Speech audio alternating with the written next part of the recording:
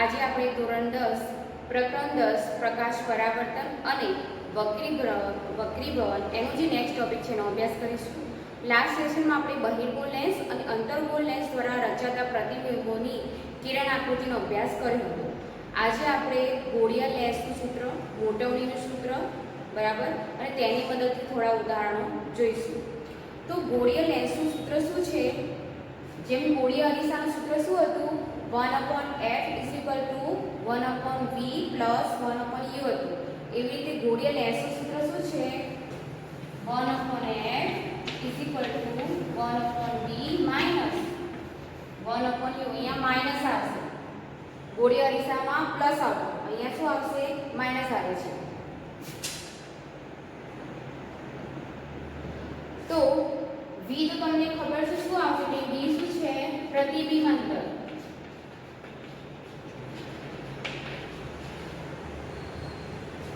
u છે વસ્તુ અંતર. f કેન્દ્ર લંબાઈ. બરાબર ને?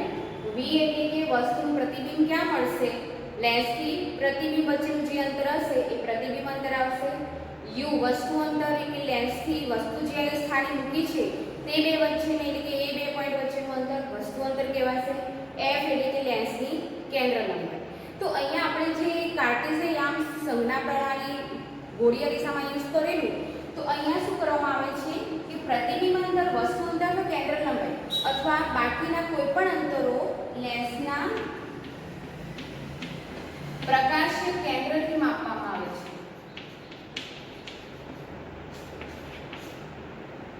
ગોળીય અરીસામાં શું હતું? ધ્રુવ P થી આપણે માપવામાં આવતા. અહીંયા લેન્સનું પ્રકાશીય કેન્દ્ર એટલે કે આ આપણું થઈ ગયું લેન્સનું પ્રકાશીય કેન્દ્ર. એવી રીતે અંતર્ગોળ લેન્સમાં આ થઈ ગયું પ્રકાશીય કેન્દ્ર. તો પ્રકાશીય કેન્દ્રથી વસ્તુ કેટલા સ્થાને મૂકેલી છે? બરાબર. પછી લેન્સની પ્રતિબિંબ અંતર કેટલા અંતરે મળ્યું? તો બધા અંતરો ક્યાંથી માપવામાં આવે છે? પ્રકાશીય કેન્દ્રથી માપવામાં આવતા હોય છે. તો જેમ આપણે કાર્ટેશિયન પદ્ધતિ પ્રમાણે શું હતું કે જમણી બાજુના અંતરો ધન લેવામાં આવતા, પછી ડાબી બાજુના અંતરો એટલે કે લેન્સની પ્રકાશીય કેન્દ્રથી ડાબી બાજુના અંતરો બધા ધન લેવામાં આવે. બરાબર ને? આવી રીતે હતું ને? દંડની વચ્ચે લેન્સ મૂક્યો હોય તો અહીંયા જમણી બાજુના અંતરો ધન, પછી આ બાજુના અંતરો ઋણ લેવામાં આવે છે. ઊંચાઈ ધન લેવામાં આવે, નીચેની ઊંચાઈ તો માઈનસ લેવામાં આવે. એટલે પ્રતિબિંબ ઊંચાઈ જો વાસ્તવિક ઉલટું હોય તો આપણે માઈનસ મળશે. તો આપણને ખબર જ છે, પરંતુ અહીંયા એક વસ્તુ યાદ રાખવાની છે કે બહિર્ગોળ લેન્સની, હવે લેન્સમાં તો મુખ્ય કેન્દ્રો બે હોય છે.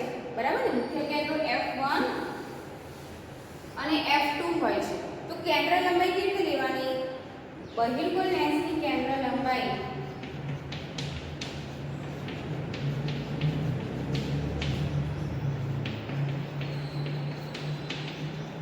બહિર્ગોળ લેન્સની જે કેન્દ્ર લંબાઈ છે હંમેશા ધન લેવાનું છે,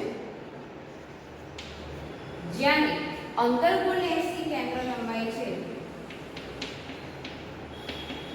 એ ઋણ લેવામાં આવે છે. બરાબર ને? હવે આવું કેમ ભાઈ? તો તમે એક લોજિક વાપરો કે લેન્સમાં, બહિર્ગોળ લેન્સમાં હંમેશા પ્રતિબિંબ લેન્સની પાછળ મળે છે, વાસ્તવિક અને ઉલટું મળે છે લેન્સની પાછળ. હવે વસ્તુ આપણે ક્યાં મૂકવાની છે? લેન્સમાં અને અરીસામાં બંનેમાં વસ્તુ ક્યાં મૂકવાની છે? આપણે જમણી બાજુ, ડાબી બાજુ મૂકવાની છે. બરાબર? તો બહિર્ગોળ લેન્સમાં પ્રતિબિંબ વાસ્તવિક અને ઉલટું મળે છે, એટલે કે આ બાજુ મળે છે. કઈ બાજુ મળે છે? જમણી બાજુ મળે છે. એટલા માટે બહિર્ગોળ લેન્સની કેન્દ્ર લંબાઈ ધન લેવામાં આવતી હોય છે. જ્યારે અંતર્ગોળ લેન્સમાં શું થાય છે? અંતર્ગોળ લેન્સમાં પ્રતિબિંબ કેવું મળે છે? આભાસી અને ચત્તુ. બરાબર? ધારો કે આ અંતર્ગોળ લેન્સ છે તો વસ્તુ અહીંયા મૂકેલી છે, પ્રતિબિંબ પણ અહીંયા જ મળશે. આભાસી અને ચત્તુ મળે છે. લેન્સની જે બાજુ, જે તરફ હોય એ બાજુ જ મળે છે. તમે કિરણ આકૃતિ ફરીથી જોઈ લો. બરાબર? લેન્સ પ્રતિબિંબ ક્યાં મળે છે? લેન્સની એ જે બાજુ એટલે કે વસ્તુ જે તરફ હોય, લેન્સ જે બાજુ હોય એ તરફ આપણે પ્રતિબિંબ મળતું હોય છે. તો આભાસી અને ચોખ્ખું મળે છે તો આપણે કઈ બાજુ થઈ? ડાબી બાજુ થઈ. ડાબી બાજુના અંતરો કેવા લેવામાં આવે છે? ઋણ લેવામાં આવે છે, બરાબર ને?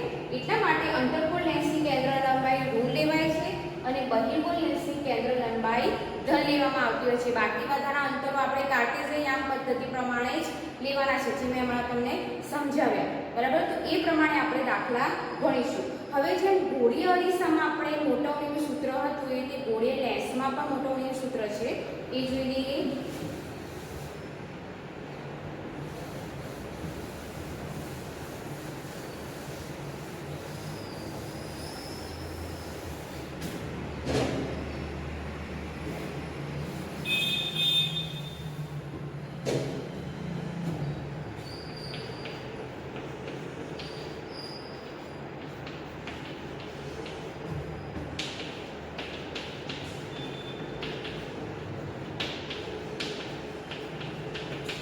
મોટવણીનું સૂત્ર તો કેવી રીતે? ભાઈ જેમ આપણે મોટવણી એટલે શું? તો પ્રતિબિંબ ઊંચાઈ અને વસ્તુની ઊંચાઈના ગુણોત્તરને શું કહેવાય છે? મોટવણી કહે છે. ઉદાહરણ તરીકે વસ્તુની ઊંચાઈ તમારે 2 સેન્ટીમીટર છે, તમારે કોઈ પેન્સિલ છે એ 2 સેન્ટીમીટરની છે, તમે લેન્સની આગળ મૂકી પ્રતિબિંબ તમને 4 સેન્ટીમીટર મળ્યું, ધેટ મીન્સ પ્રતિબિંબ 4 સેન્ટીમીટર એટલે તેની ઊંચાઈ એટલી મળી, બરાબર ને? પેન્સિલ ધારો કે 2 સેન્ટીમીટર છે, પ્રતિબિંબ મળ્યું તમને 4 સેન્ટીમીટર, બરાબર? વી યુ ઓકે. તો જે અંતર નહીં આવે h આવશે ને આ એફરેસ વસ્તુની ઊંચાઈ કે પ્રતિબિંબની ઊંચાઈ. તો તમને મોટવણીના સૂત્ર પરથી પ્રતિબિંબ એ વસ્તુની ઊંચાઈની સાપેક્ષમાં કેટલું મોટું છે કે નાનું છે એ કોણ સૂચવે છે? મોટવણી સૂચવે છે. એ મોટવણીના પદમાં રજૂ કરવામાં આવે છે. તો મોટવણીનું સૂત્ર અહીંયા શું થશે?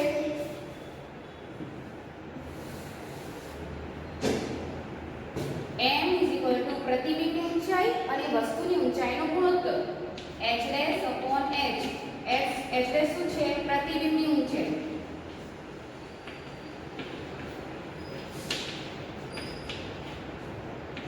h શું છે? વસ્તુની ઊંચાઈ.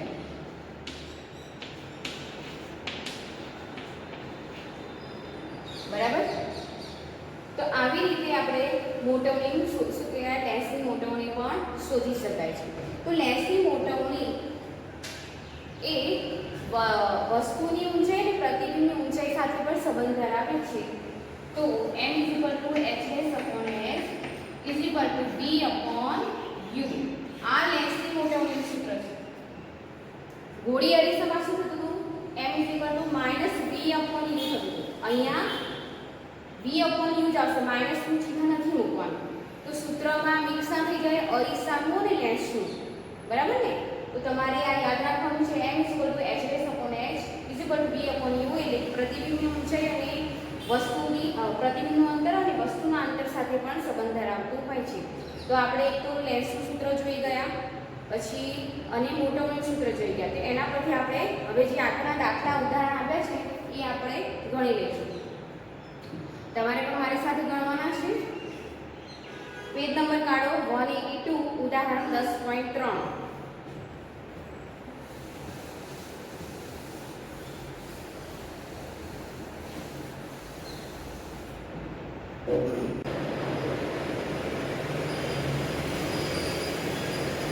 તો ઉદાહરણ 10.3 પેજ નંબર 182 પર આપેલું છે. તમે પણ મારી સાથે ગણો. પહેલા આપણે રકમ જોઈ લઈએ.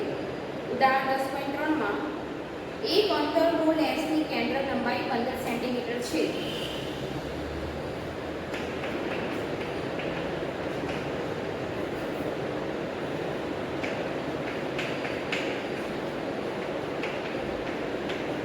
કેન્દ્ર લંબાઈ કેટલી છે?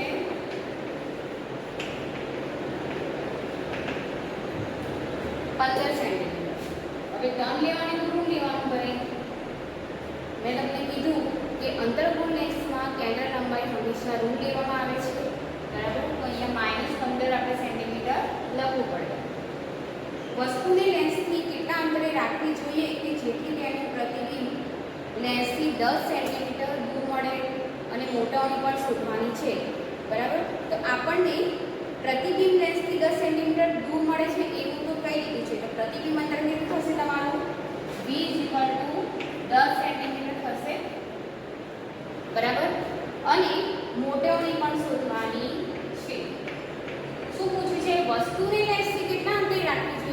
વસ્તુ અંતર આપણે શોધવાનું છે. વસ્તુ અંતર અને મોટવણી બંને શોધવાની છે.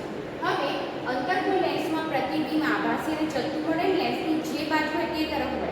તો પ્રતિબિંબ ક્યાં મળે છે? બે પ્રતિબિંબ V આપણને 10 સેન્ટીમીટર કઈ બાજુ મળશે? લેન્સની જે બાજુ એટલે કે ડાબી બાજુ મળશે. તો ડાબી બાજુના બધા અંતરો ઋણ લેવામાં આવે છે. તો અહીંયા -10 સેન્ટીમીટર આપણે લેવું પડે. હવે સૂત્ર શું લખી દઈએ આપણે લેન્સનું? 1/f = 1/b - 1/u. ઓકે, શોધવાનું છે વસ્તુ અંતર.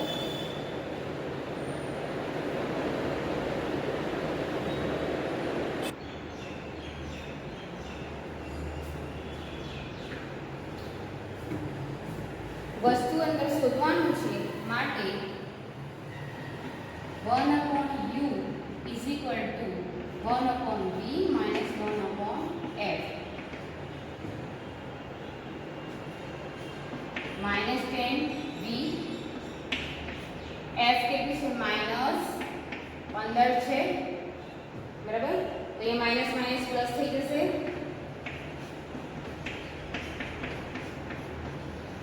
હવે નીચેનો આપણે લસા લઈએ. 10 × 30 અને 15 × 30. તો અહીંયા -3 થઈ જશે. -3 + 15 × 30 અહીંયા પણ 2 વડે ગુણવું પડશે. એટલે -3 + 2 અને લસા આપણો 30. તો શું આવશે જવાબ? -1/30. એ થઈ ગયું તમારું 1/u. વ્યસ્તમાં છે ઉપર લઈ જઈએ માટે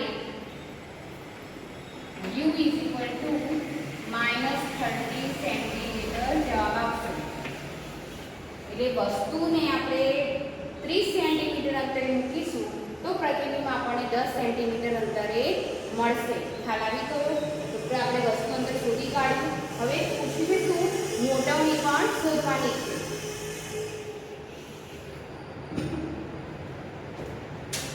માટે m = મોટવણીનું સૂત્ર લેન્સ પ્રમાણે v/u, બરાબર. -10 v કેટલું છે? -10. u કેટલું મળ્યું? -30. તો 1/3 માઈનસ માઈનસ પ્લસ થઈ જશે.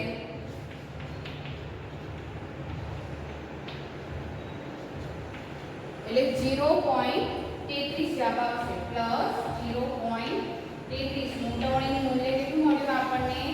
0.33 મળે છે, બરાબર.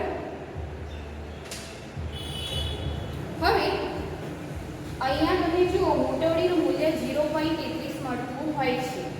તો એ આપણે અહીંયા પ્રતિબિંબ અંતર કેટલું આપ્યું છે? 30 સેન્ટીમીટર. વસ્તુ અંતર 30 સેન્ટીમીટર, પ્રતિબિંબ 10 સેન્ટીમીટર આપ્યું છે. મોટવણી 0.33 છે. ધેટ મીન્સ અહીંયા આભાસી અને ચત્તુ મળશે, બરાબર. પ્રતિબિંબ અને કેવું મળશે? આપણને નાનું જોવા મળે છે. ત્રીજા ભાગનું પ્રતિબિંબનું માપ વસ્તુના માપ કરતાં ત્રીજા ભાગનું જોવા મળે છે. હવે આવી રીતે આપણે ઉદાહરણ 10.4 કરી લઈશું.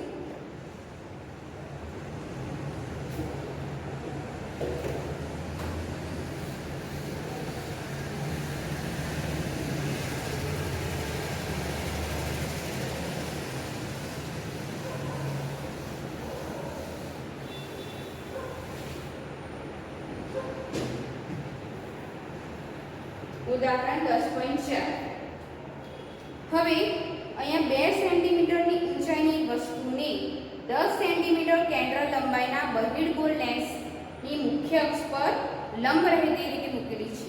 તો અહીંયા બે વસ્તુઓ આપેલી છે. તો વસ્તુની ઊંચાઈ પણ આપી છે અને બહિર્ગોળ લેન્સ છે અને કેન્દ્ર લંબાઈ પણ આપી છે. તો બહિર્ગોળ લેન્સની કેન્દ્ર લંબાઈ શું કરવામાં આવે છે? ધન લેવામાં આવે છે, બરાબર. તો આપણે લખી દઈએ પહેલા કયો લેન્સ છે? આ બહિર્ગોળ લેન્સ.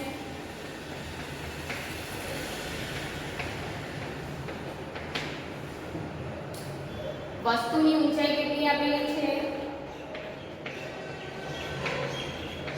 એટલે કે h થશે આપણે h = 2 સેન્ટીમીટર. બહિર્ગોળ લેન્સની કેન્દ્ર લંબાઈ આપી છે 10 સેન્ટીમીટર. તો f = +10 સેન્ટીમીટર. લેન્સથી વસ્તુનું અંતર 15 સેન્ટીમીટર છે, એટલે u આપી દીધું છે 15 સેન્ટીમીટર. તો પ્રતિબિંબનો પ્રકાર, સ્થાન અને પરિમાણ શોધો તથા મોટવણી પણ શોધવાની છે.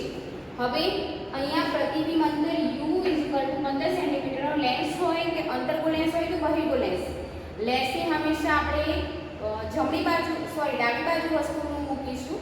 તો અહીંયા u કેટલું આવશે? -15 સેન્ટીમીટર લેવું પડે. સંજ્ઞા પ્રણાલી પ્રમાણે -15 સેન્ટીમીટર લેવું પડશે.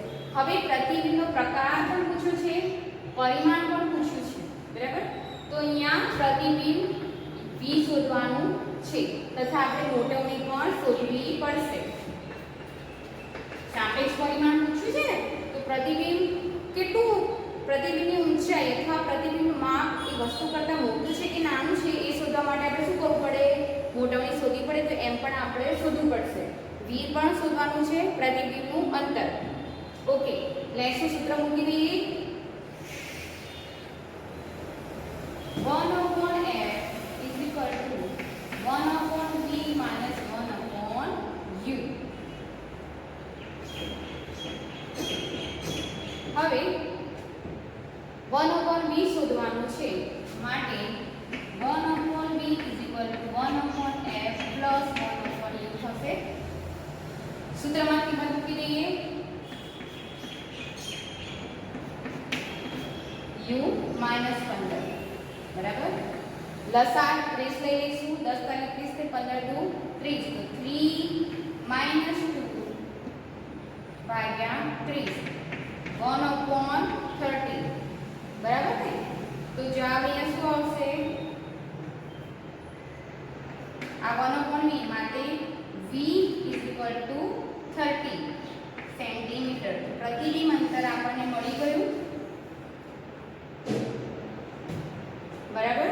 હવે અહીંયા જો v આપણને ધન મળે છે, v કેવું મળે છે? ધન મળે છે. તો બહિર્ગોળ લેન્સમાં પ્રતિબિંબ કઈ બાજુ હશે ભાઈ? ધન હોય તો લેન્સની કઈ બાજુ પ્રતિબિંબ હશે? ડાબી બાજુ હશે. વસ્તુ અંતર આપણે વસ્તુ આપણે કઈ બાજુ મૂકેલી? ડાબી બાજુ મૂકેલી, તો એટલા માટે માઈનસ લીધી. તો અહીંયા પ્રતિબિંબ અંતર કઈ બાજુ મળશે? ડાબી બાજુ કે જમણી બાજુ મળશે? ધન અહીંયા છે, ધેટ મીન્સ કે પ્રતિબિંબ આપણને જમણી બાજુ મળે છે. તો પ્રતિબિંબ જમણી બાજુ મળે છે એટલે કેવું મળશે? અહીંયા વાસ્તવિક અને ઉલટું મળે છે, બરાબર? પ્રતિબિંબ કેવું મળે છે? +30 છે, લેન્સની જમણી બાજુ મળશે. તો કઈ બાજુ? જમણી બાજુ, એટલે વાસ્તવિક અને ઉલટું મળે છે. હવે મોટવણી પણ શોધવાની છે. તો મોટવણીનું સૂત્ર લખી દઈએ. m is equal to h dash upon h is equal to v upon u, બરાબર? હવે તમને વસ્તુની ઊંચાઈ h આપેલી છે, v ને u ની કિંમત પણ મૂકી દીધી. તો પ્રતિબિંબની ઊંચાઈ આપણે શોધવાની છે માટે h dash is equal to h v upon u સૂત્ર થાય, h ઉપર જતું રહેશે. ઓકે, તો વસ્તુની ઊંચાઈ કેટલી આપી છે? 2. v કેટલું મળ્યું? 30. u કેટલું છે? -15. તો -4 સેન્ટીમીટર. h રેસ કેટલું મળ્યું? -4 સેન્ટીમીટર. તો અહીંયા h કેટલું હતું? 2 સેન્ટીમીટર. અહીંયા છે 4 સેન્ટીમીટર. એટલે પ્રતિબિંબ આપણને કેવું મળશે ભાઈ? ઊંચાઈ 4 સેન્ટીમીટર છે, અહીંયા 2 સેન્ટીમીટર છે, એટલે કે પ્રતિબિંબ મોટું મળશે આપણને. પ્રતિબિંબની ઊંચાઈ, વસ્તુની ઊંચાઈ કેટલી આપેલી? 2 સેન્ટીમીટર. પ્રતિબિંબની ઊંચાઈ 4 સેન્ટીમીટર મળી. એટલે આવું થયું કે પ્રતિબિંબ ઉદાહરણ તરીકે વસ્તુ આટલી છે, પ્રતિબિંબ આટલું મળ્યું, એટલે 2 ગણું વધારે મળ્યું. તો પ્રતિબિંબ આપણને મોટું મળે છે. તો અહીંયા લખી શકાય કે પ્રતિબિંબ મોટું મળશે, બરાબર? હવે m is equal to આપણે h dash અને h ની કિંમત છે જ આપણી પાસે. તો h dash upon h minus 4 h કેટલું છે 2 એટલે કે 2 સેન્ટીમીટર.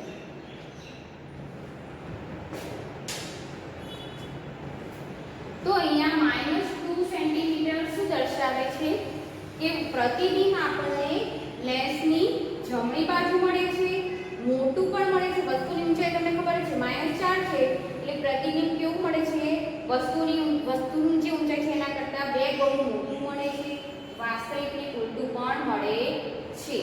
અને માઈનસ અહીંયા મોટોનું મૂલ્ય માઈનસ છે એટલે લેન્સની બીજી બાજુ એટલે કઈ બાજુ મળે છે આપણને જમણી બાજુ મળે છે. તો આ પરથી આપણે પ્રતિબિંબનો પ્રકાર પણ કહી દીધો, વાસ્તવિકને ઉલટું, સાપેક્ષ પરિમાણ પણ કહી દીધું, બરાબર ને. અને આપણે સ્થાન પણ શોધી કાઢ્યું, 30 સેન્ટીમીટર અંતર મળશે. તો શબ્દો તમારે સમજવાના છે. જ્યારે પ્રતિબિંબનું પ્રકાર પૂછે, સાપેક્ષ પરિમાણ અને મોટવણી પૂછે તો તમારે પહેલા પ્રતિબિંબનું અંતર શોધવાનું, પછી મોટવણીનું મૂલ્ય આપણે મૂકી દેવાનું. તો આપણને ઊંચાઈ ખબર પડશે તો મોટું છે કે નાનું છે આપણને ખબર પડી આવે. ઉદાહરણ તરીકે વસ્તુની ઊંચાઈ 2 સેન્ટીમીટર આપેલી છે અને અહીંયા પ્રતિબિંબની ઊંચાઈ આપણને 1.5 મળે તો ઓછું મળ્યું કહેવાય ને, તો નાનું પડશે પ્રતિબિંબ. તો આના પરથી આપણે મોટું મળે છે કે નાનું મળે છે એ પણ કહી શકતા હોઈએ છીએ. ઓકે, હવે તમારા જે પાઠ્યપુસ્તકનો હવે લાસ્ટ ટોપિક છે લેન્સનો પાવર. એ જોઈ લઈએ આપણે. લેન્સનો પાવર એટલે પાવર ઓફ અ લેન્સ.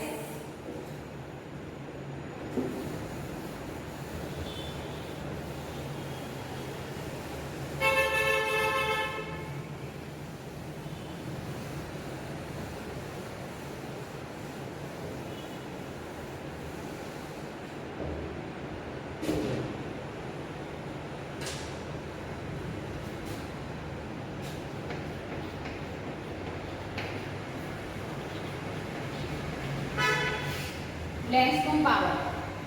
તો અહીંયા આપણે લેન્સનું આપણે કિરણાકૃતિ પણ સમજી ગયા. તો બહિર્ગોળ લેન્સ અને અંતર્ગોળ લેન્સમાં, અંતર્ગોળ લેન્સમાં શું થાય છે અપસરણ થાય છે. જ્યારે વસ્તુને આપણે લેન્સની આગળ મૂકી અને કિરણો આવે છે, આપાત થતો હોય છે તો લેન્સમાં વક્રીભવન પામીને અપસરણ પામતા હોય તેવું આપણને ભાસ થતો હોય, એટલે કે બધી દિશામાં કિરણો જતા હોય.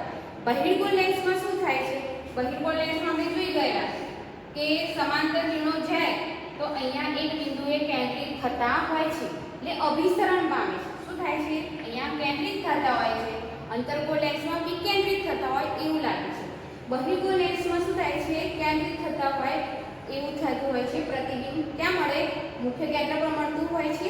અને તો આ જે લેન્સની અભિસરણ ને અપસરણ પામવાની જે ક્ષમતા છે એની લેન્સના પાવરના પદમાં રજૂ કરવામાં આવે છે. લેન્સના પાવરના પદમાં રજૂ કરવામાં આવે છે. તો ઉદાહરણ તરીકે આપણી પાસે ટૂંકી કેન્દ્ર લંબાઈ વાળો બહિર્ગોળ લેન્સ છે. ટૂંકી કેન્દ્ર લંબાઈ છે જેની એવો બહિર્ગોળ લેન્સ છે આપણી પાસે. જ્યારે આવી કેન્દ્ર લંબાઈ એટલે કે ટૂંકી કેન્દ્ર લંબાઈ વાળા બહિર્ગોળ લેન્સની સામે આપણે વસ્તુ મૂકીશું તો શું કરશે કે તે વધુ પ્રકાશીય કેન્દ્ર ઓની નજીક કિરણોને શું કરે છે? કેન્દ્રિત કરે છે, અભિસરણ કરે છે, બરાબર ને. તો આવી રીતે લેન્સની અપસરણ કે અભિસરણ પામવાની ક્ષમતા છે તે લેન્સના પાવરના પદમાં રજૂ કરવામાં આવતી હોય છે. તો ઉદાહરણ તરીકે અંતર્ગોળ લેન્સ હોય, ટૂંકી કેન્દ્ર લંબાઈ વાળો અંતર્ગોળ લેન્સ છે આપણી પાસે. હવે આવા લેન્સની આગળ જ્યારે વસ્તુ મૂકીશું અને કિરણો જ્યારે આપાત કરીશું તો વક્રીભવન પામીને, તમને કિરણાકૃતિ ખબર જ છે, લેન્સના જે મુખ્ય કેન્દ્ર પર અહીંયા શું થશે? કિરણો વિકેન્દ્રિત થતા હોય એવો ભાસ થતો હોય છે.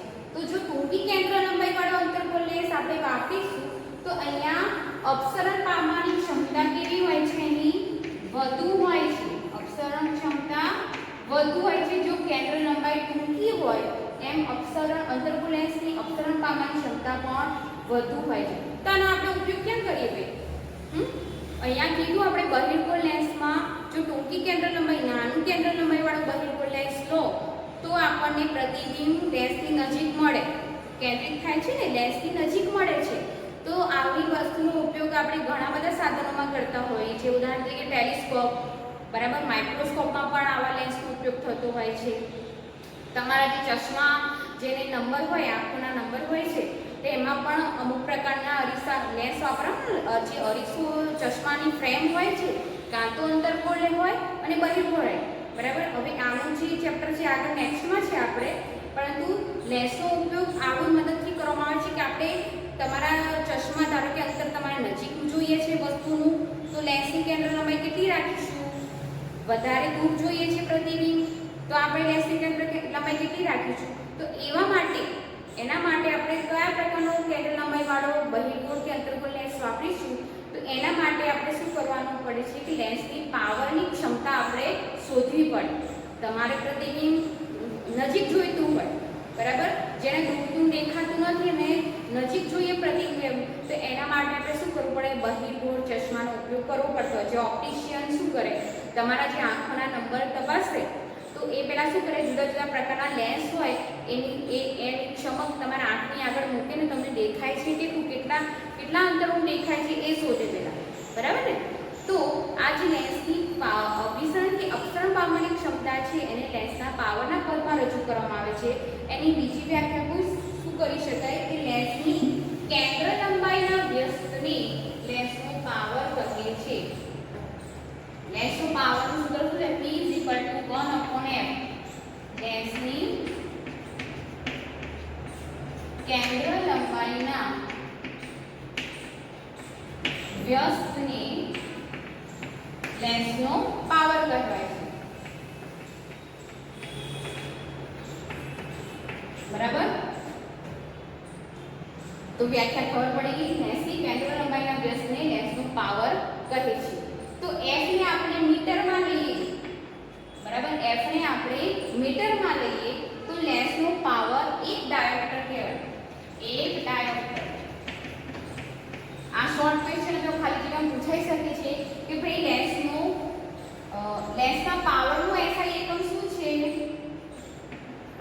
લેન્સના પાવરનું SI એકમ શું છે?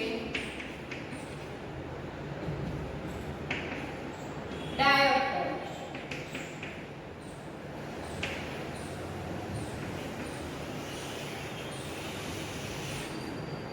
જેને કેપિટલ D માં આપણે રજૂ કરી શકાય. ડાયોપ્ટરની સંજ્ઞા શું છે? Capital D. તો તમને એવું પૂછે કે 1 ડાયોપ્ટર એટલે કેટલું? ભાઈ 1 ડાયોપ્ટર એટલે કેટલું? જ્યારે 1 મીટર કેન્દ્ર લંબાઈ ધરાવે છે લેન્સ, બરાબર, 1 મીટર કેન્દ્ર લંબાઈ ધરાવતા લેન્સને શું કહેવાય છે? એનો પાવર કેટલો કહેવાય? 1 ડાયોપ્ટર કહેવાય છે. વ્યાખ્યા યાદ રાખવાની. ઉદાહરણ તરીકે આપણી પાસે 1 મીટરની કેન્દ્ર લંબાઈ વાળો કોઈ લેન્સ છે, તો એનો લેન્સનો પાવર કેટલો થશે? 1 ડાયોપ્ટર થશે. તો 1 ડાયોપ્ટરની વ્યાખ્યા શું થાય? 1 મીટર કેન્દ્ર લંબાઈ ધરાવતા લેન્સના પાવરને 1 ડાયોપ્ટર કહેવાય છે. એટલે કે એનો પાવર કેટલો છે? 1 ડાયોપ્ટર, બરાબર.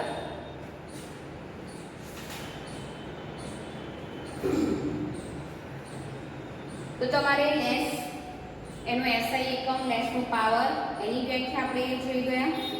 તો બહિર્ગોળ લેન્સનો જે પાવર હોય છે એ જેમ બહિર્ગોળ લેન્સની કેન્દ્ર લંબાઈ, હવે બહિર્ગોળ લેન્સની કેન્દ્ર લંબાઈ આપણે શું કરતા હતા? બહિર્ગોળ લેન્સમાં ધન લેતા હતા ભાઈ, f ધન લઈએ છીએ, પ્લસ લઈએ છીએ. જ્યારે અંતર્ગોળ લેન્સમાં શું કરતા હતા? માઈનસ લઈએ છીએ, બરાબર ને. તો ઉદાહરણ તરીકે મારી પાસે 1 મીટર બહિર્ગોળ લેન્સની કેન્દ્ર લંબાઈ છે, તો પ્લસ આવશે તો ડાયોપ્ટર પણ પ્લસ જ આવશે ને. તમે અહીંયા ચિહ્ન પ્લસ મૂકશો તો કિંમત તમારે ધનમાં જ મળશે, પણ અહીંયા ચિહ્ન ઋણ મૂકશો તો તમને ડાયોપ્ટર કેવો મળશે? ઋણમાં મળશે.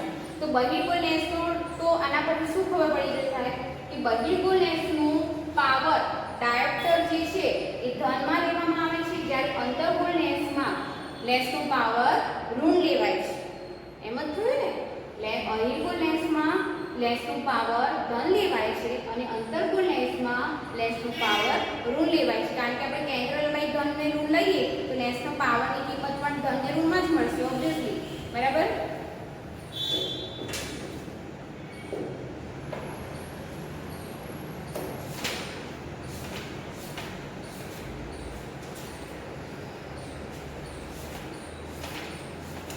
ઓકે, તો અહીંયા તમારું ચેપ્ટર પૂર્ણ થાય છે. વધુ જે જાણવા જેવું છે કે પ્રકાશીય ઉપકરણોમાં એક કરતાં વધારે લેન્સનો ઉપયોગ કરવામાં આવતો હોય છે. પ્રકાશીય ઉપકરણો હોય, બરાબર, એમાં એક કરતાં વધારે લેન્સનો ઉપયોગ કરવામાં આવે તો એ વખતે આપણે પાવર કેવી રીતે ગણીશું? મારી પાસે કોઈ પ્રકાશીય ઉપકરણ છે તો એમાં એક કરતાં વધુ પ્રકારના એક કરતાં વધુ લેન્સ મેં યુઝ કર્યા છે, શું કરવું પડે? P1 P2 P3 P3 એવી રીતે આપણે સરવાળો કરીને આપણે શું કરીએ છીએ કે કુલ જે પાવર છે લેન્સમાં આપણે શોધી શકાતો હોય છે.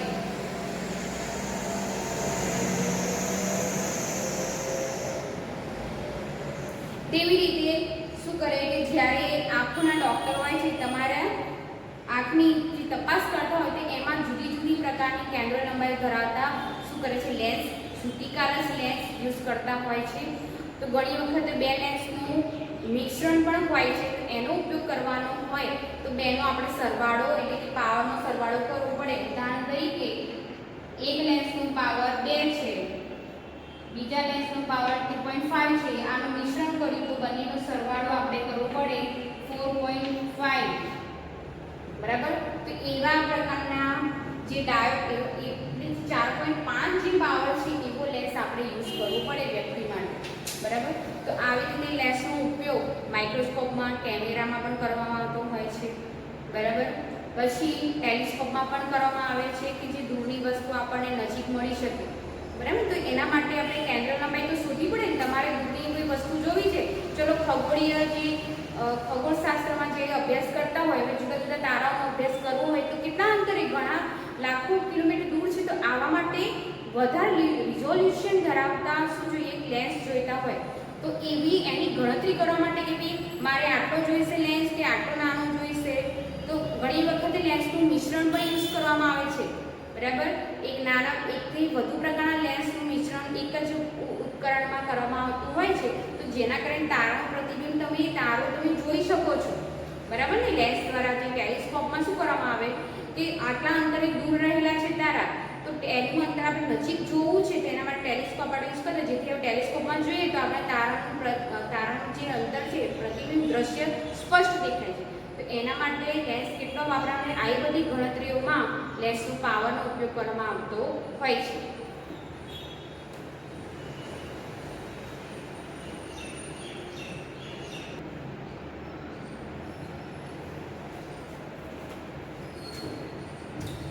વિદ્યાર્થી મિત્રો, હવે ઇન્ડેક્સના જે પ્રશ્નો આપેલા છે પેજ નંબર 184 ઉપર લેન્સના એક ડાયોપ્ટર પાવરની વ્યાખ્યા લખો. લેન્સનો એક ડાયોપ્ટર પાવરની વ્યાખ્યા શું થાય? હમણાં જ આપણે જોઈ ગયા કે 1 મીટર કેન્દ્ર લંબાઈ ધરાવ એટલે કે જે લેન્સની કેન્દ્ર લંબાઈ 1 મીટર હોય એવા લેન્સનો પાવર 1 ડાયોપ્ટર હોય, બરાબર. 1 શું થાય? 1 મીટર થાય.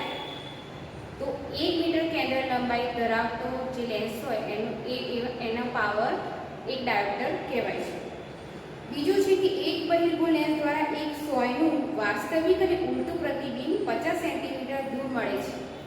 વાસ્તવિક અને ઉલટું મળે છે 50 સેન્ટીમીટર દૂર. જો પ્રતિબિંબનું પરિમાણ વસ્તુના પરિમાણ જેટલું જ મેળવવું હોય તો સોયને બહિર્ગોળ લેન્સથી કેટલે દૂર રાખવી જોઈએ?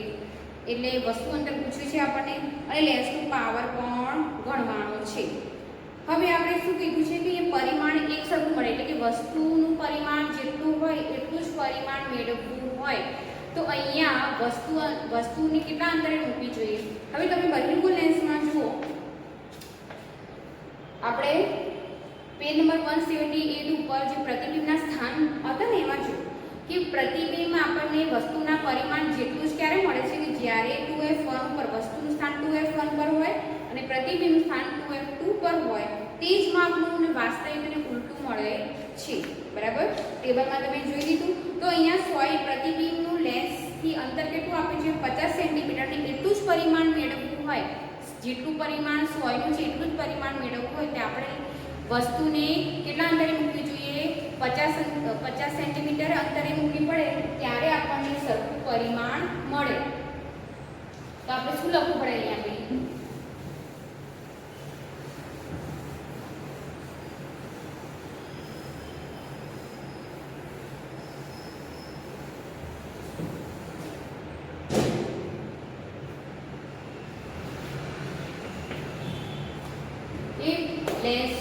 વસ્તુના જેટલું જ પરિમાણ પ્રતિબિંબ મેળવવા માટે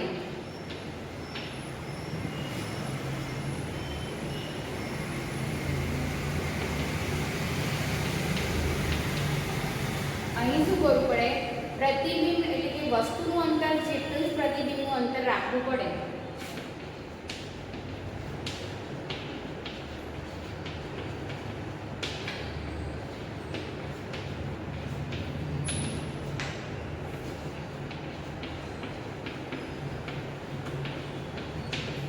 બરાબર, ઉદાહરણ તરીકે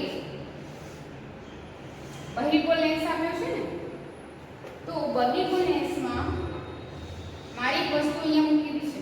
બરાબર, એની ઊંચાઈ આટલી છે, પરિમાણ આટલું જ છે, એટલું જ પરિમાણ મારે આટલું મેળવવું હોય તો પ્રકાશીય કેન્દ્રથી બંનેનું અંતર કેવું રાખવું પડે? સરખું રાખવું પડે. તો તમને 2f1 ઉપર ખબર જ છે, જ્યારે 2f1 ઉપર વસ્તુ મૂકીએ ત્યારે પરિમાણ એટલું જ મળે છે 2f2 ઉપર. એટલે કે બંનેનું પ્રકાશીય કેન્દ્રથી અંતર કેવું છે? સરખું જ છે. તો મારે અહીંયા શું આપ્યું છે? પ્રતિબિંબ અંતર કેટલું આપ્યું છે? અહીંયા જો લેન્સમાં 50 સેન્ટીમીટર આપેલું છે. તો અહીંયા પણ આપણે શું કરવું પડે? 50 સેન્ટીમીટરે વસ્તુ મૂકવી પડે. બરાબર, તમને એવું પૂછ્યું હોય કે વસ્તુ 50 સેન્ટીમીટર અંતરે છે તો પ્રતિબિંબ એના જેટલું પરિમાણ મેળવવું હોય તો કેટલા અંતરે રાખવું પડે? તો બી 50 સેન્ટીમીટર આવે. બરાબર ને? તો અહીંયા શું થશે? 50 સેન્ટીમીટર પ્રતિબિંબ અંતર આપ્યું છે તો વસ્તુ અંતર પણ કેટલું આવે? 50 સેન્ટીમીટરે મૂકવી પડે, ત્યારે તમને એક એના જેટલું પરિમાણ અહીંયા મળે. માટે અહીંયા શું થશે? v તો આપ્યું છે 50 સેન્ટીમીટર. બરાબર, માટે વસ્તુ અંતર પણ કેટલી રાખવી પડે? 50 સેન્ટીમીટર અંતરે રાખવી પડે. હવે અહીંયા લેન્સ કયો છે? આપણો બહિર્ગોળ લેન્સ છે. બહિર્ગોળ લેન્સમાં પ્રતિબિંબ વાસ્તવિકનું ઉલટું પેલી બાજુ મળે, જમણી બાજુ મળે, એટલે અંતર અહીંયા 3 આવશે પ્રતિબિંબ અંતર, અને વસ્તુ અંતર માઈનસ લેવું પડે. બરાબર ને? કારણ કે આપણે શોધવાનું શું છે? પાછું લેન્સનો પાવર પણ ગણવાનો છે. લેન્સનો પાવર ગણવા માટે લેન્સના પાવરનું સૂત્ર શું છે? P = 1/f છે. તો એના માટે આપણે આ લેન્સની કેન્દ્ર લંબાઈ શોધવી પડશે. હવે પ્રતિબિંબ અંતર પણ છે અને વસ્તુ અંતર પણ છે આપણી પાસે, તો f શોધી શકાય ને લેન્સના સૂત્રની મદદથી. તો લેન્સનું સૂત્ર મૂકી દો, 1/f = 1/d + 1/u.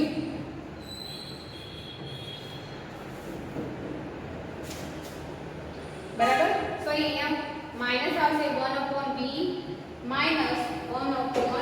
1/u. તો હવે પ્રતિબિંબ અંતર પણ છે ને વસ્તુ અંતર છે, તો આપણે મૂકી દઈએ કિંમત.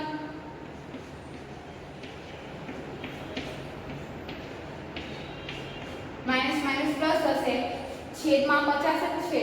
બરાબર, એટલે 1 + 1/50 થશે. તો 2/50, 25 × 50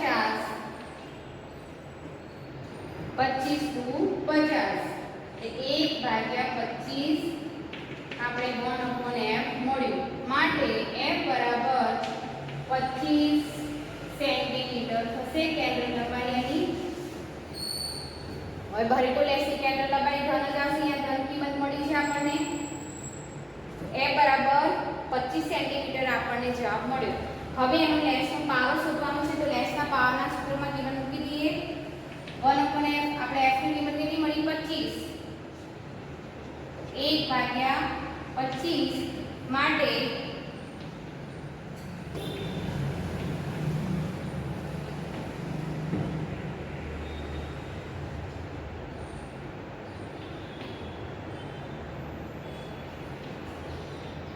0.04 ડાયોપ્ટર આવશે.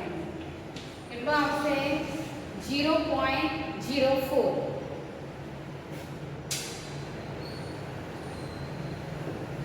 બરાબર ને? 25 નું 50 અને 1/25. f કેન્દ્ર લંબાઈ 25 સેન્ટીમીટર મળી. વ્યસ્ત છેદ ઉપર જશે એટલે જવાબ કેટલો આવશે આપણો? 25 સેન્ટીમીટર. કિંમત મૂકી દો તો 1/25 તો આપણે ડાયોપ્ટર કેટલો થશે? 0.04 ડાયોપ્ટર એનો થશે. ઓકે, તો આવી રીતે પાવર આપણે શોધી ચૂક્યા છે. હવે 2 મીટર કેન્દ્ર લંબાઈ ધરાવતા અંતર્ગોળ લેન્સનો પાવર શોધો.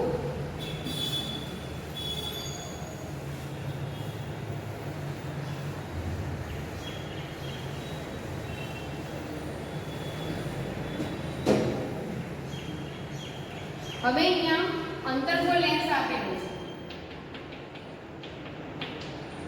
કેન્દ્ર લંબાઈ f કેટલી છે? 2 મીટર. બરાબર? હવે 2 મીટર કેન્દ્ર લંબાઈ આપેલી છે તો એનો પાવર શોધવાનો છે. કેન્દ્ર લંબાઈ તો આપી દીધી છે પણ અંતર્ગોળ લેન્સમાં કેન્દ્ર લંબાઈ આપણે શું કરવાની? માઈનસમાં ઋણ લેવી પડે. બરાબર? અંતર્ગોળ લેન્સમાં કેન્દ્ર લંબાઈ ઋણ લેવી પડે. માટે p 1/m પાવર શું થશે? -1/2 થશે. તો 1/2 એટલે શું જવાબ શું આવશે આપણો? 0.5 -0.5 ડાયોપ્ટર આપણે લેવું પડે. એટલે એનો પાવર કેટલો થશે? 0.5. ઓકે, અહીંયા આપણે d પાછળ મૂકી લઈએ. તો આવી રીતે લેન્સનો પાવર આપણે શોધી શકીએ છીએ. તો અહીંયા તમારું પ્રકરણ છેલ્લે પૂરું થાય છે. આપણે ગોળીયારી સાથે લઈને એના નિયમો, એના સૂત્ર, એની કિરણાકૃતિ પણ જોઈ ચૂક્યા. ત્યારબાદ એના ઉપયોગો પણ આપણે જોઈ ચૂકેલા. પછી આપણે કાટના લંઘનનું જે વક્રીભવન એ પણ આપણે સમજી ગયા. કાટના લંઘનની પ્રવૃત્તિ કરેલી. બરાબર ને? ત્યારબાદ આપણે શું જોઈ ચૂક્યા? ગોળીય લેન્સ. ગોળીય લેન્સમાં પણ 2 પ્રકાર હોય છે. એમાં પ્રતિબિંબો, એની કિરણાકૃતિ કેવી રીતે રચાય છે એ પણ આપણે પ્રવૃત્તિ દ્વારા સમજી ચૂક્યા છીએ. પછી ગોળીય લેન્સનું સૂત્ર, મોટવણીનું સૂત્ર અને એની મદદથી આપણે કેવી રીતે કેન્દ્ર લંબાઈ કે પ્રતિબિંબ અંતર શોધી શકાય છે. ગમે તે કિંમત, આ 2 કિંમત આપી હોય બરાબર, તો આપણે બીજી ત્રીજી કિંમત શોધી શકીએ. મોટવણી પણ આપણે કેવી રીતે શોધાય એ પણ આપણે જોઈ ચૂક્યા. લેન્સનો પાવર કોને કહેવાય એનું સૂત્ર પણ આપણે સમજી ચૂક્યા છે. હવે અહીંયા સ્વાધ્યાયના આપણા પ્રશ્નો જે બાકી છે હવે નેક્સ્ટ સેશનમાં સોલ્વ કરીશું. આજના સેશન માટે આટલું. ફરી નેક્સ્ટ સેશનમાં મળીએ. બાય. Thank you.